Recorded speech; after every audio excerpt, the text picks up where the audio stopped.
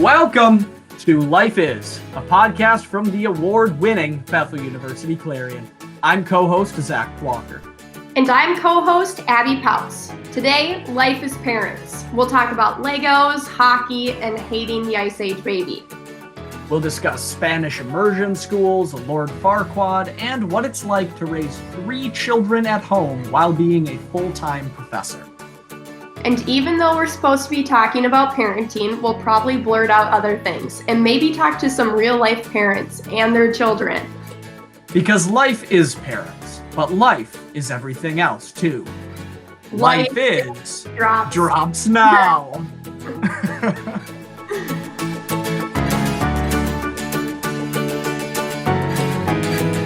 Alrighty, next up we have my parents. This is very exciting for me. Probably the most loyal Life Is listeners that I know. They've been on here since day one. They always try to listen to it like really loud in the living room while I'm home, and I don't like hearing it. Like, I don't really listen to it that much, so that's exciting. But this is my mom, Susan, and this is my dad, Todd. So, Abby, rip me apart. Go at it. Okay. So, Zack, you can be in the room, but you can't talk. Is that all good? Okay, he's nodding. So, Todd, I heard you've been excited to be on. You ask all the time if you can be on. I'm going to have to say that that's not true. I'm a loyal listener, but I'm not once said, you don't want to be on? put me on. No. Oh, your mom? Maybe. She wanted to be on? That's awesome. I want to be on. Yeah, I was excited. I'm like, when can we be on your podcast? So this is a big day for you. You're very excited. I'm so excited. So with everything going on in the world right now, what's a normal day look like for you? What are your guys' occupations, and how are you able to work with living remotely? You want me to start? I am an instructional designer and I am a nutritional therapist, so I do kind of both. Right now, my occupation has been completely affected by what's going on because I do not have a job anymore. So my company had to cut people, which I completely understand. I'm hoping that when things come back, it'll be fine. So right now, a normal day for me is really getting all of those things done that I've been putting off for so long because I never had time. But I've made I keep myself super organized and make myself good lists and all of that kind of stuff. And of course, just interfacing with family, just being here with Zack and Todd and really getting a lot of that good family time in and looking for jobs at the same time. But that's not really something that works right now in this climate. Yeah. That's what it looks like for me. How about you, Todd? So I'm a chiropractor, and I consider it essential, being a doctor. And I go into the office on a limited basis, and I see people that really need to be seen. And of course, I took all the furniture out of my waiting room, and I wipe everything down with disinfecting wipes. And I've got a big sign on my front desk that says, use this hand sanitizer as soon as you come in, and have all the doors open and wipe down all my tables between every patient, that type of thing. So that's different. But, and then I just stay holed up at home the rest of the time.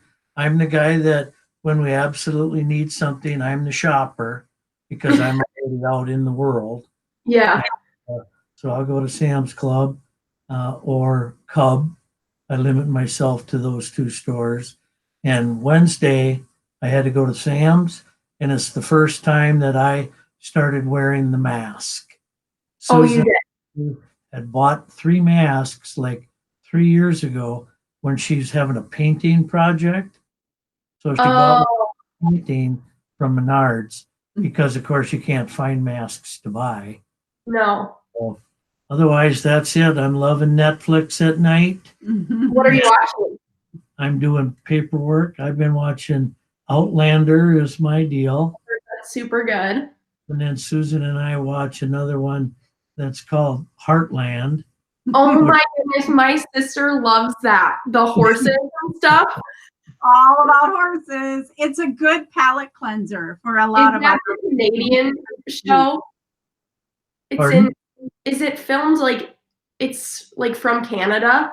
Or it is, yeah, because my sister, we were in Mexico a couple weeks ago and they had some season and she was so excited because like the Mexican Netflix has it, but we don't have it here. So she is like a diehard fan. So I'm glad you guys watched that too. So she's not the only one. That's great. Yeah, So- I'm a big horse nut. Sorry, go ahead. What? I'm a big horse nut. You are. And I love anything with horses and cows and that kind of thing. Love that. So does my sister. She rents a horse and loves it. Susan, have you claimed unemployment then? I know like 6.6 million people in like a week or something did. Yes, Yeah. I have, and I am grateful for Yeah. it. It's such a great bridge to have as we're kind of waiting to see how all of this fleshes out. I'm hoping that everything eventually goes back to normal and the job market just zooms right back up and everything's good. But yes, Yeah. I have. So how have you guys been staying? You both seem pretty positive. How have you been staying positive and sane during this crazy time? You know, I think for us, one of the things is we live way out in the country. So we've been walking a lot every day. We feel like we have lots of area to walk and enjoy just being outside in fresh air. But also, I think for us, we tend to be pretty positive anyway. And we're so grateful that we're all together, that we're all healthy. We just feel like there's a lot of things, you know, we can either focus on really what's going wrong or we can focus on really what's going right. And so we try to kind of take advantage of focusing on that every day. We talk about it. We find silver linings. We're just really grateful to all be together. And that's how we're getting through it right now. So you're enjoying extra time with Zack being home? Oh, I love having him home. I love it. Although my heart aches because I know my boy is a social one and loves his Bethel community and his home there. And I know that it's hard on him, but I love that he feels safe and calm and that this is a good place for him to be right now. Yeah. So did you guys always just want one child or no? Do you want me to answer that or do you want to? At first we thought, oh yeah, let's get 2 kids out and get them on the ground as fast as possible so that they can grow up with each other and be best friends and be maid of honors and best men in their weddings. And we lived in Alaska at the time and we were by ourselves. Yeah. We're by ourselves. Yeah. And so it was more difficult I think once we had Zack, we didn't have any family around us at all. And so we kind of really focused on being the best parents we could and raising him. And it didn't take long. And all of a sudden he was 5 or he was, we started taking him on hikes and fishing and doing all the things you do in Alaska. Yeah. And it got easier and easier to do it as he got older. And we were older when we had him as well. We were always the oldest parents on the T-ball team and all of that stuff. So it just sort of happened. All of a sudden it got to the point where we were like, well, we're older. We've got one. Let's just go with it. We were so far away from home. I think that's what worked for us. So he ended up being an only child, and hopefully he's not too upset about that. I don't think he is. I know he talks about it a lot. But he was just the most amazing child to raise. Just really wonderful, just easy and fabulous. And we've just always had such a great time being his mom and dad. So. Oh, that's so awesome. So close, what's been your proudest moment during your parenting experience? Oh my gosh. Oh my gosh. I think honestly, the man he has become. I have got so many proud moments. It would take another entire podcast to talk about it. He's always been so hardworking and such a good person. But I just think the man he's become is what I'm so proud of. I hear him in here working so hard, and he's a good human, and he's good to other people. And as a parent, that's what you want. You can't ask for more than that. So, you want to say anything about that? Oh, I loved watching him in all of his theater plays growing up, and all the way through high school. Mr. Who's that guy? Willy Wonka. He's pointing at a poster.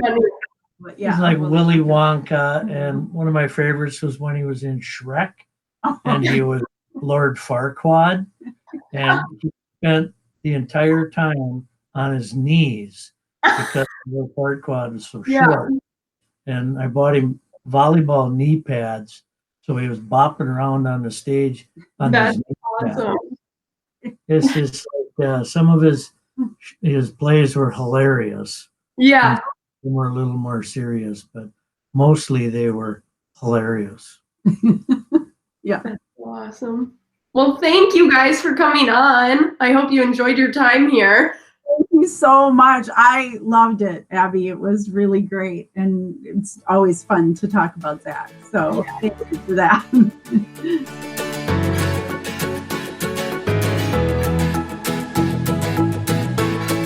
Alrighty, next up, we have Bethel graphic design professor and mom, Jessie Henderson.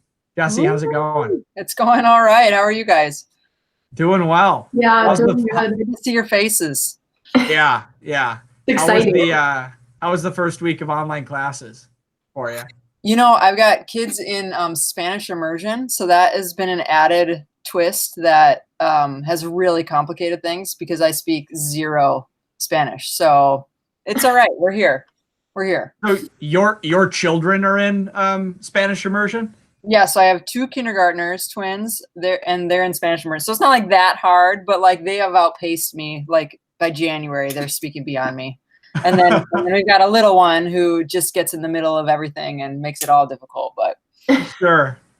And what are your kids' names? the boys, we've got Davis and Walker that are 5, almost 6, and then Hazel is almost 3. Oh, wow. So all young. Yes. So what does the normal day like for you look like right now? We're pretty routined out actually right now. It's working pretty well. I'm thankful that the Bethel stuff is really quite flexible compared to so many other people. Mm-hmm. You gotta wait. And so my husband works like 7:30 in the morning until like 3, and then I like get up and do all the kids, and we do like our kids school until lunch, and then after lunch they got to go play on their own, and the baby goes down, and then I work like from 1 to like 5 or 6, and then pick it up in the night again. So that's kind of the routine we've been, and it works pretty good, but I mean it's tiring. We did school this morning, and then everyone's bored and it's cold and like snowing out today. So we were at one point down in the basement with all the lights off, having a glow stick party, dancing to Miley Cyrus. With like Spanish worksheets, and that is kind of where we're at. Yeah. You're also teaching graphic design classes for Bethel, and you're teaching your kids' school? Yeah, right. This is like the standard fare right now. I mean, those of us who are lucky to be at home, but parents are, and I'm doing childcare for the little one, right? So I feel like the average parent right now is doing 3 full-time jobs, and it is, it's a trip, that's for sure. Yeah, absolutely. So, what are you doing for your child's schooling? You said they're in Spanish immersion school. So, are you having to like teach them Spanish, or what do those hours look like? Yeah, so I think every school is doing it differently.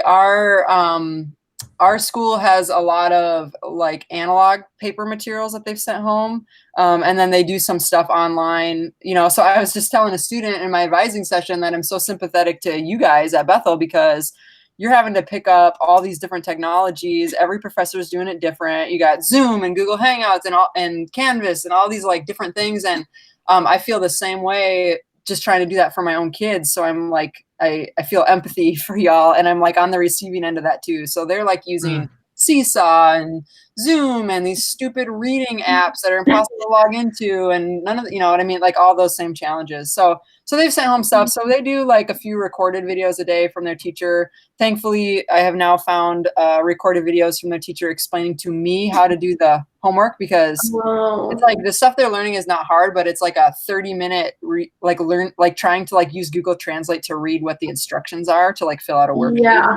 Oh, sure. So that's what's gotten like a little bit easier. But I mean, I'll be honest and say some of our Spanish immersion includes like watching Captain Underpants with Spanish overdub. Yeah.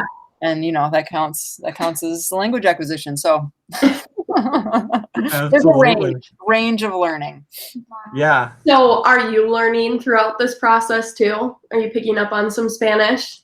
Yeah, it's good. I wish I knew more. I literally want to sign up. I'm going to want to sign up for Spanish classes at Bethel still, because I just know very little from high school, and it's been really fun. And they like teach me, so they're so good at pronunciation and stuff. So they're like correct me all the time, like correct all, you know. So and it's a great way to learn because it's like literally elementary, right? So real good vocab. So it's kind of actually that part of it is fun to be involved at this stage, because totally I like. You know, we're talking about yama today. What's a yama? Yolk. Yolk, egg yolk. If you didn't know that. Oh, no. You know, so yogurt, right? Yogurt. Yeah, a lot of Y vocab today. So Jesse, who's there with you right now? This is Davis. He's hanging over my shoulder. He's the talkative one of the twins, two twin boys. One of them's real bashful, and then one of them is this guy. He's I just want to say one. Then you can say one thing. You gotta say it loud. Okay. Go ahead, Davis. Do you know that all our birthdays are on the same day? That is true. All of your siblings? Yeah. What? Really? We're all on one day. Which day? What? May 30th. Best day ever. Right? Yeah. What's your favorite thing to do for your birthday, Davis? Well, on my fourth birthday, it was my favorite because we had donuts and my nanny came over. Ooh. Zach, you're hitting a sore spot. We don't do the big birthday bashes in this house. We're not the ones on the block renting the bounce house. So we haven't had too many memorable birthdays yet. Davis, do you wish that your mom would rent the bounce house for you?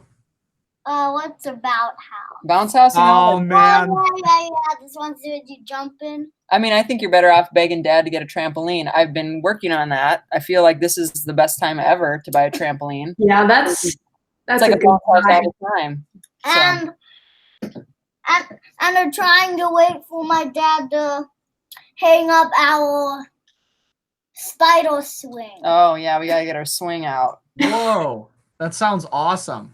So. And once my dad pushed me so high, my knee bumped the tree. Oh my goodness. Also true. All right, swinging is the best. Okay. Hey Jesse, could I ask you one more question? Actually? Yeah, come back. Sorry, come back, Dave. Yeah, one more question for you. Davis, what's been your favorite part of having your mom and dad at home every day? And like, who do you like better, me or Senior on That's really the question we want. Well, I do like you more than Senior. Tell them why. Because you are pretty. And I smell good, isn't that what you always say? Yes. Yeah. Okay. But yeah, go back to his other question. He said, what do you like about being home here with Mom and Dad? Well, I really like it is because that after lunch we get to play Legos all afternoon with Mommy. Oh, yeah. What do you not like? Well, or like, what do you miss about school? Then we have to do school. Another voice just came in. Come over here. You can answer that. This is Walker. He was peeking from the doorway, kind of the shy one. What did you want to say that you don't like about being home? Nope, we're not doing anything with that. Hi, Walker. Hi, Walker. Did you want to say what you don't like about being home at school? You gotta say it loud.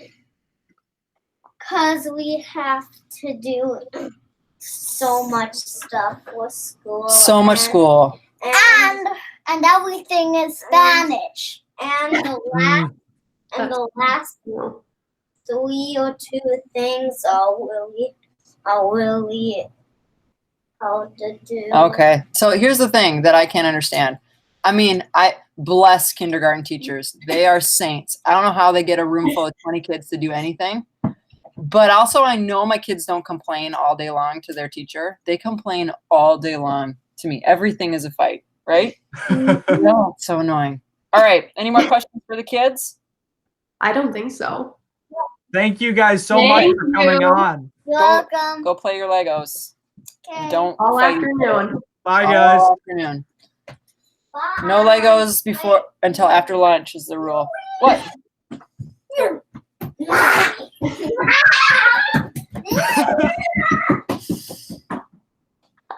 That was That's fantastic. awesome.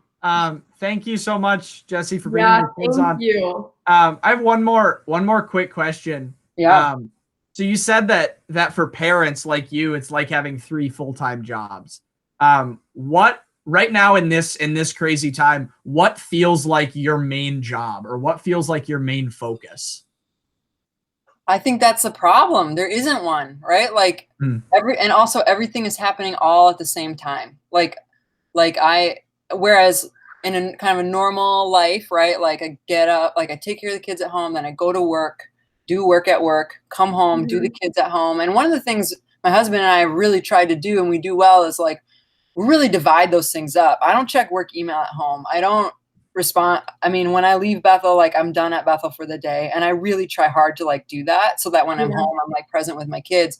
But now it's like I am educating them while I'm taking care of the baby, while I'm responding to emails, like so everything feels strained, right? Like I don't feel as attentive and present with the teaching to my kids. I feel like my responses to students are shorter than I would want to, right? Or whatever those Bethel emails are. And I feel like I'm just trying to placate my littlest one so that she's like kind of out of our way. So I think that's like the biggest challenge. And we found structure, but just feeling like, and I'm sure from the student side of things, it feels the same way too, of like home life and work life and friend life and parent, like all that stuff is just like kind of in this big pot mixed together all the time. And I find that, I mean, it's just hard. It's hard to figure it out. But also then there's wonderful things. Like the other day I was thinking like, I don't have a drive home. So instead of my commute home, like I can go for a run literally 20 minutes before a meeting and like run around, do my run and like pop back and just sit in this chair and then like be in a FaceTime call and then like walk out and make dinner and eat in 10 minutes. Like there's all the like passing time stuff is gone. So it's like there's more time too, which is a good thing. I don't know if that makes sense. And you can like pepper things in your day in like a way that's pretty interesting and can be efficient. So I guess maybe that like everything feeling immersed and enmeshed can be really a challenge, but also like trying to see the positive side of that of like, being able to pop online and give a few students some feedback and then pop over there and do something else and then pop downstairs and make a few paintings for 10 minutes and then pop up, like that. Those are cool things. So it's kind of my perspective on that. Yeah, absolutely. Well, thank you so much, Jesse. This was probably my favorite interview that I've ever done on this podcast. Yeah. So thanks to you. Thanks to your boys. Yeah, thank you guys. I'm sure like if you need like any segment help, Davis is really into math. He can talk a lot about that. They got a lot of opinions about Lego. Segment on Lego.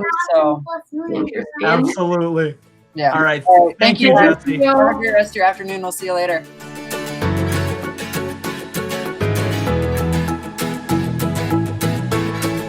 All righty. For the second week, we have our new segment. Guess it was new last week, but it's here again. This needs to stop or this needs to start. We talk about something that we think there's too much of or there's not enough of. So Abby, take it away. Okay, so I decided to do a stop because I don't know what should start right now. Okay. But I have seen that hating the Ice Age baby is a very big thing.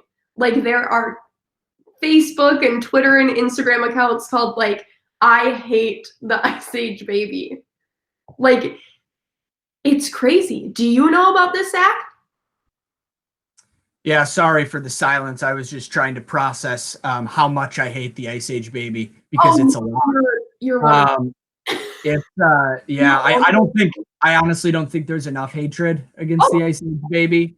The Ice Age baby is the scourge of America, of the world, of hardworking people, you know, just trying to get by, especially during this time of the virus. And then there's just this Ice Age baby trying to take all the spotlight, trying to be out here with this little Ice Age baby ways and trying to swindle itself into our thoughts, taking our ideas. It's listening to us. The Ice Age baby is listening to us. It's not Google. It's not Facebook. It's the Ice Age baby.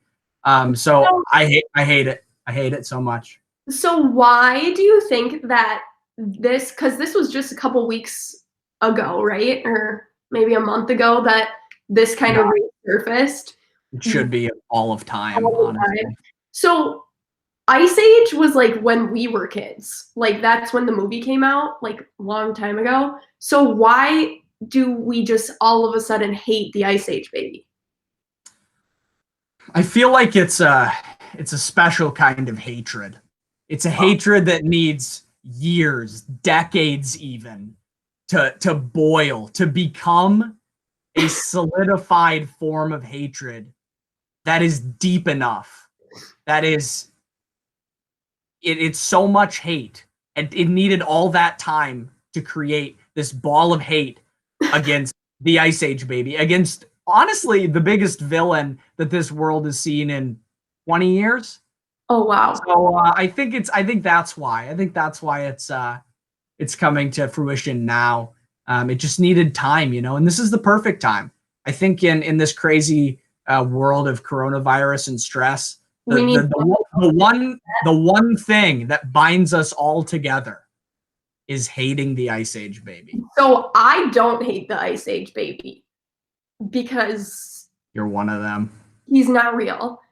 But when I was doing my research on this topic, the first thing I found was Ice Age baby refers to a human baby character named Roshan. So didn't know that. From the 2002 animated film Ice Age, following a viral tweet posted in January of 2020, memes in which people expressed hate for the character or a desire to hurt or murder him gained popularity online. So within 3 months, we have this huge pandemic and hate for the Ice Age baby. Yeah, and I think those are kind of equals, you know? You have the negative of the coronavirus, but you have an equal positive of people hating the Ice Age baby. So honestly, kind of just business as usual in the world right now. So why do you not like the Ice Age baby? Like 2002, you're at the movie theater, you just are like, oh, that movie. You know? Ugly. No, it wasn't, because when I saw Ice Age, I don't know if I saw it in the movie theater. I was probably like 4 years old or something. But that's the evil of the Ice Age baby. It's tricky because when it first came out, the people who were watching the Ice Age baby, they saw it and they were children. And it just its evil went over our heads. It's kind of like the adult jokes in Toy Story. Like they just go over kids' heads. And the Ice Age baby, crafted for pure evil, went over everybody's heads. And I was evil. I was the victim. In general. Look at it. Its face reads pure evil. Everything about it reads pure evil. And I think that's why people want to eliminate it. I'm not going to use any stronger words. No. And but you know, I think it's not a good thing. So I think the real evil of the Ice Age baby is people like me, children who watched Ice Age, maybe thought that it was cool, maybe thought it was cute. Even not me. I was a cool kid who hated babies. So I mean, when I was a kid, this is actually real. I did not like babies. Like I remember telling my I didn't mom, either. I told my mom, like, I hate babies. They get all the attention. And my mom's like, Zach, you were a baby once. And I would say, no, I was not. Oh, So wow. that's probably where my hatred for the Ice Age baby comes from. But, I think societally it's a net positive. We got to have something to distract us from the coronavirus, and really nothing better than hating the Ice Age baby. True, I guess. So yeah, it needs to continue. Sorry, Abby, but it needs to continue. Okay. Yes. If it distracts from the virus, it's fine. Exactly.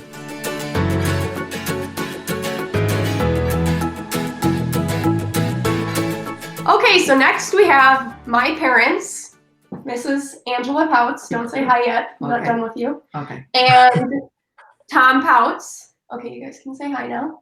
Hello. How are you? Yeah, a lot of rules on this podcast. Glad Abby's setting it straight. Thanks for coming on. This is exciting.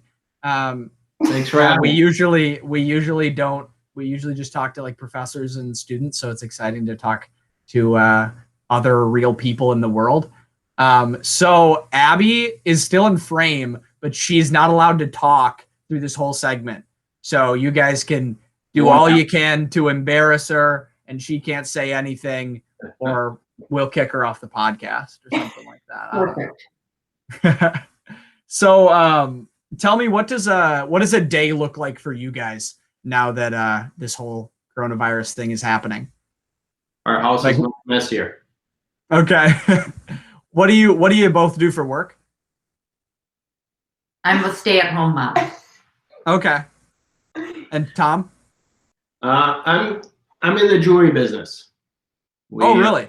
Yep. We manufacture diamonds currently right now. Oh, Make yo. diamonds. Whoa. Okay. That's pretty awesome. Yeah. So how is your day changed? Are you still are you going in anywhere, or do you have to stay at home now? No, my office is here at the house, has been for a lot of years. So it's relatively the same for me, but normally I would be traveling more, and obviously that's come to a halt. Okay. Through all of this, I'm sure this is super stressful for both of you guys. What's been keeping you sane? What have you been doing that's been keeping you kind of going through this whole crazy time we're in? For me, I would say just regular routine. I was still doing what we normally had, or for myself, I still continue to do the same things: cooking, cleaning. For that, it hasn't changed at all. We do go to the store a little more frequently in the past 2 weeks, just because of the amount of supplies that were at the grocery stores or at Target. You'd have to go a little more often because not everything was the shelves weren't always full. But I do notice that has changed in the last, I don't know, maybe 3-4 days. I think the grocery stores have caught up on getting more supplies into their stores. Yeah.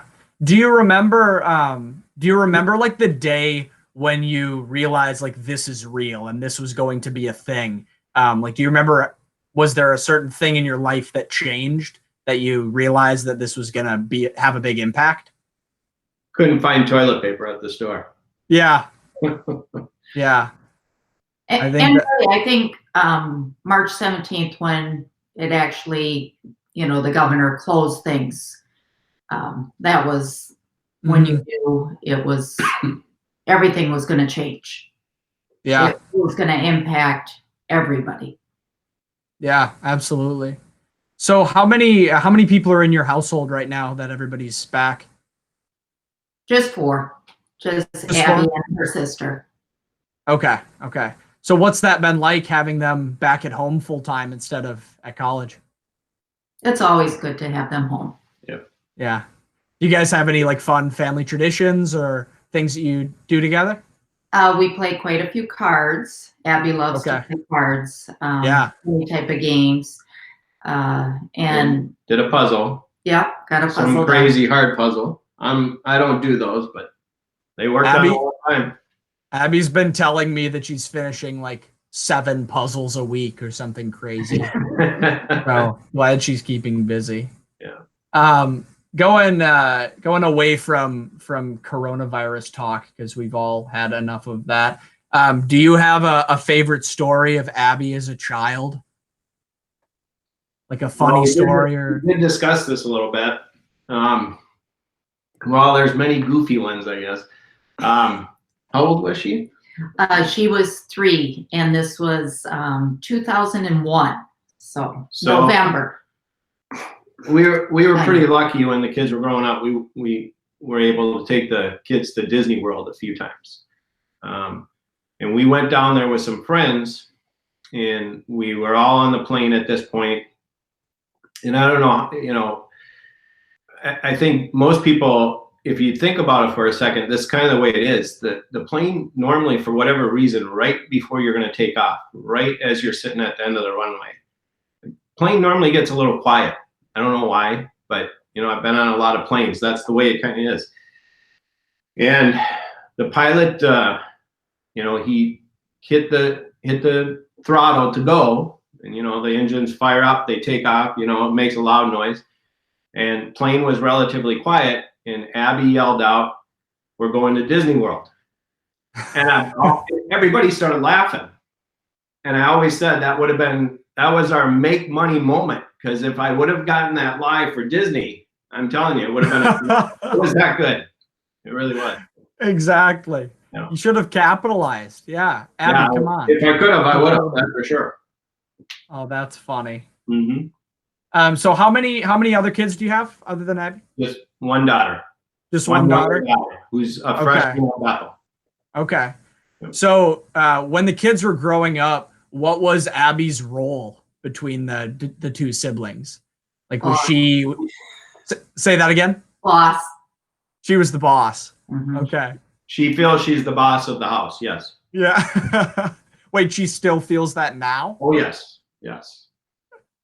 Do you have an example of that? Huh? Do you have an example of Abby being the boss? It's just ongoing. She feels that Abby's schedule and Abby's calendar is it.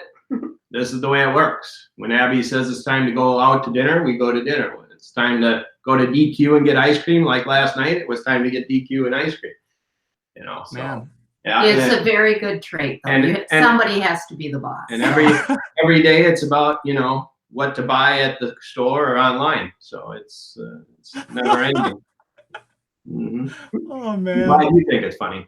It's a tough bill every month, but we're not supposed to talk about that. So we can move on now. Oh, that's fun. Mm-hmm. Do you guys remember thinking back to your years of parenting? Do you remember an especially difficult moment and how you got through that as parents? I got to look at the real boss for that, because overall I think we're very lucky, very blessed. Mm-hmm. I think every day is difficult, just for the simple fact, as a parent, I think you always question your decisions. It's easy to look back and think, oh, maybe I should have done this and that. But in the moment, you have to make some quick decisions, and you're hoping you're doing the right thing. Absolutely. Well, thank you guys both so much for coming in. It was a pleasure talking with you. Thank you. Nice to meet you guys. We look forward to asking you some questions someday. Absolutely. You take care. Thank Bye. you. You too.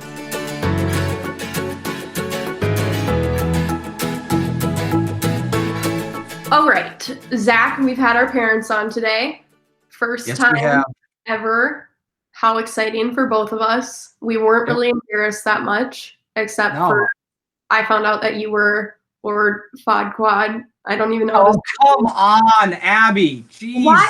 Why do they pick you when you're the tallest? Okay, one, Abby, it's Farquad. Please show respect to Shrek and show respect to me.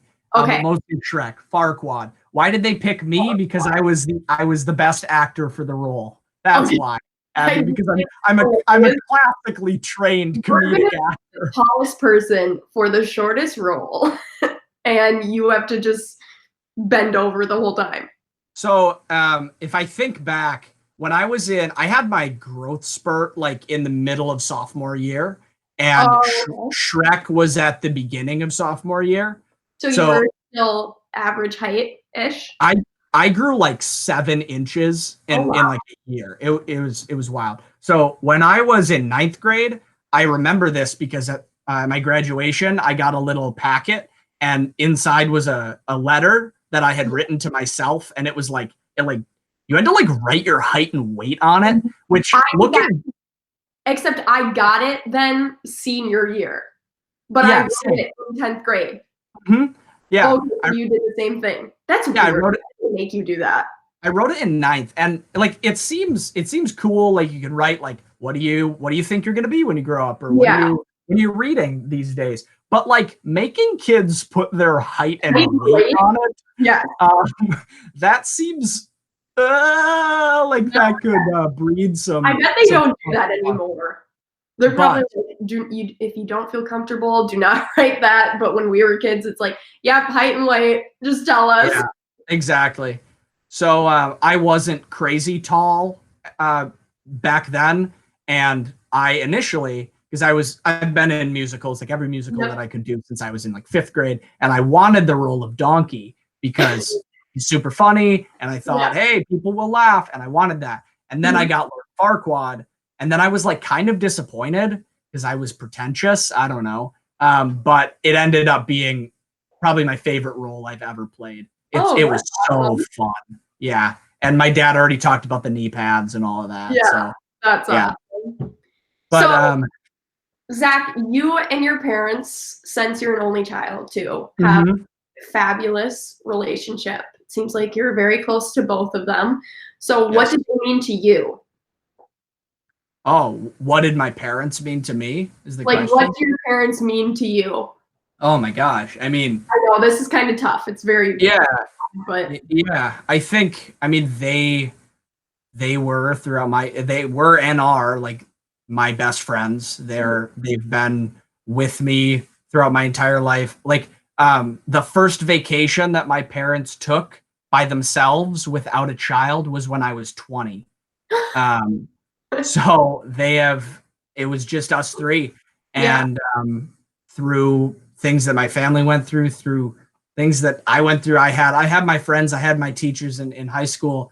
But like they were my rock. They were what I leaned on when I got in my head about getting a bad grade on a calculus exam, or I didn't get into the college that I was trying to get into for a year, and I didn't think my future was going to pan out. They were there for me, and they were there when I wanted to. In 8th grade, when I thought that I wanted to be a Broadway actor, they said, "You chase your dreams, you go for it." And I obviously I'm not a Broadway actor, but even when I told them, "Hey, I want to be a journalist," they said, "That's amazing. You go into stories, go and do it." yeah. And there's never been a point where they've brought me down, or they've tried to use like realism to like ground me, even though that's good, but they haven't. They've never said like, "Zach, that's not realistic. You have to go be a welder." Yeah. They were always so confident in me, and they were so proud of who I was and the things that I was doing, that I could feel confident in myself because I had that base. And I'm so thankful for that, because I know there's so many people in the world who don't have that base. And whether that be for parental circumstances or different circumstances around the world, like we're such this thin margin of people who have a base of parents. And I can't thank them enough. And I think another thing that they mean to me, I mean, one, they're the two most positive people that I know, and you've probably seen that. Yeah. And that's where I get my positivity. And they both love to laugh. On the bottom of my dad's business card, it says "laugh loudly and laugh often," and that's what the bottom of my resume reads as well. So I took that from my dad, and that was just like a cornerstone of growing up. My house was quiet sometimes because I was the only child, but it was full of laughter. And then I think the last thing that I want to mention is with like my achievements and making me feel confident. Never once did they like publicly boast about me. My parents would never post my grades on Facebook or Yeah. talk about like, oh, my son is the best in the world. He got this lead in the show, and post that on Facebook and tell everybody else. They always just really showed me their appreciation. And I think they taught me that you do not have to get recognition from other sources. You have to get recognition from yourself, and you have to feel proud of what you are and who you are. And it does not matter what other people say about you. If you know who you are and you know what you're doing is worth it. So I could talk for hours about my parents. They're my best friends, and they're incredible human beings. So thanks for asking. Yeah. Do you think that because of the relationship you have with them, when you become a parent, if you want to become a parent, do you? Yeah, I do. Will you use a lot of the, like, not, I don't want to say tactics, because I feel like parents don't have that. They're, especially like you're their first kid and only kid. It's kind of like, well, let's try our best. Like, what we're going to do. So do you think you'll take some of what they taught you about being positive and chasing your dreams and help your kids with that? Yeah, absolutely. I mean, I would like to, right now, I'd like to say, like, this is how I want to parent my kid. Yeah. This. I think you also have to think about, like, my wife in the future. Like, she's probably going to come from a different background. And I think you have to think that I can't just think that I'm going to be able to make every single decision in parenthood. Like, you have to make compromises with a person. And I mean, we're not the people to lecture about this, because we're 21, 22 years old. Yeah. Parents could say this better, but yeah, I mean, I would like to employ some of the lessons that my parents taught me. I want my house to be full of laughter. I want my kids to know what humor means and how to make jokes respectfully, but also not take the world too seriously. Yeah. I grew up in, we didn't have a clean plate house, but we also didn't like waste food, but it wasn't like rule, you know? So I'd like to do that. I'd like to not boast about my kids and just always love them. But yeah, absolutely. How about you? Would you want to be a mom someday? And if so, what from your parents do you want to employ? I didn't want kids for the longest time because I've known I wanted to be a journalist. And like, sometimes just having a family doesn't really make sense with that job. It's a lot of do your stuff. It's like your whole time is trying to find stories, trying to find good leads, all that. But my oldest, or one of my brothers, had a baby in my junior year of high school. Yes, because she's 4 now. And having her come to my house and seeing my mom be a grandma has been the coolest thing ever. And I just want to eventually have a family, like someday or now. Like, honestly, I'm so excited. It's just crazy how much joy one person can bring to your day. Like, my brother FaceTimes me all the time, and she'll say hi, and she's an only child and she has a little attitude, and it's fun. But I think the way my parents raised me is, I don't want to say like that they did like the best job ever, but I think they did great. Like, they weren't parents where like yours, rule. Like, we never had to, you know, like be home by a certain time. Like, they trusted both my sister and I, as long as we kept them up to date. They weren't the parents that like creep on your phone or like see what you're doing on stuff. They had a lot of trust in us. And I think that's really important with parenting, is to have respect for your kids and know that what you've done, like as far as parenting, you hopefully have instilled good decision making and positive influences in their lives, and you know that their friends are good. And I think that's something that could be hard with parenting, is trying to figure out like, okay, well, I don't want them to like be getting into trouble or like getting in a bad situation, but like you also want to be able to just trust them completely.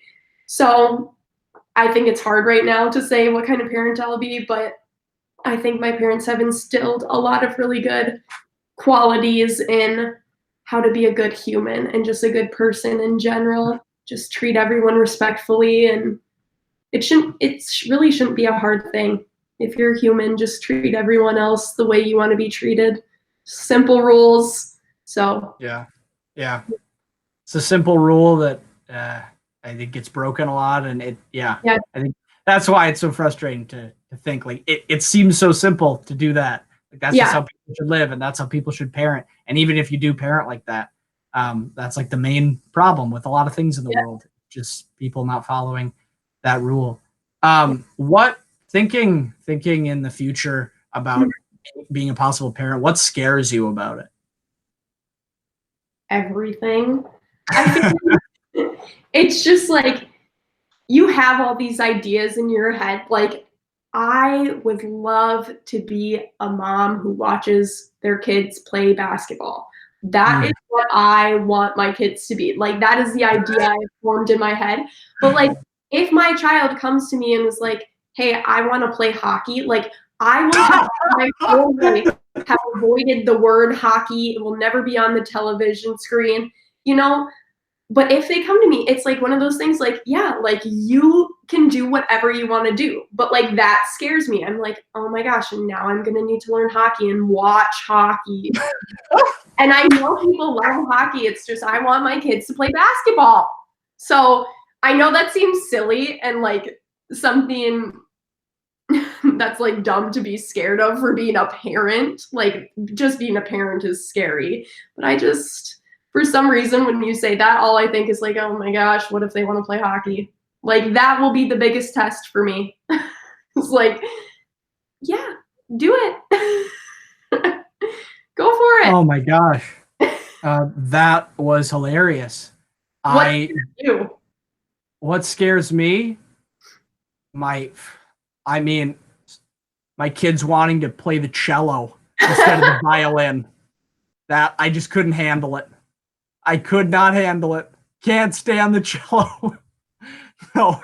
Oh my gosh. Sorry. I'm still recovering because when you said like I want to see my kids play sports, I assumed you would say like, but what if they come to me and like want to be in musicals or like want to read all day? But no, you just don't want them to play hockey.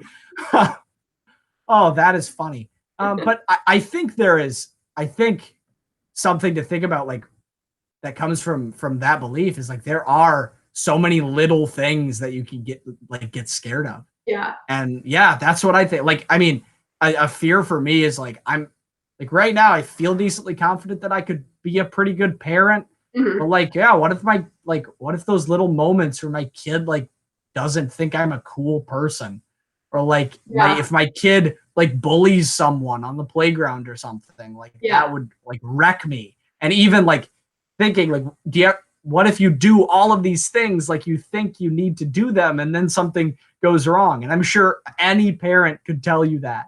And we're not the people to be talking about this, but we can think about our futures in parenting. But I think there's a lot of things, but I think there's more possible positives than fears. I think for us being as close to like our parents as we are, that sits in the back of my head too. Like, what if my like potential daughter doesn't want to be my best friend? Because my mom is my best friend. Like, love her, tell her everything. My dad's my best friend too, but just like moms are just different. They're just goofier and quirkier, and dads are more like, okay, what's going on with school? But like my mom and I just like to have fun. And so I think that worries me too. Like, I think that's something to be scared about too, besides hockey. Yeah, absolutely. You've been listening to Life Is, a podcast from the Clarion, Bethel University's national award-winning student publication. We'd like to thank our producer, Sam Mulberry, and to all the parents out there who are trying their absolute best. The Clarion still publishes stories every day online at bethelclarion.com. Right now, check out a Q&A with a Bethel graduate who's currently working as an emergency healthcare worker. Please tell the people in your life about Life Is, which drops Monday and Friday until we run out of things to say. Because ultimately, life is people. So tell the evil, evil Ice Age baby. And tell Zack's Lord Farquaad volleyball knee pads. And tell your afternoon Legos. And tell everyone on the plane going to Disney World.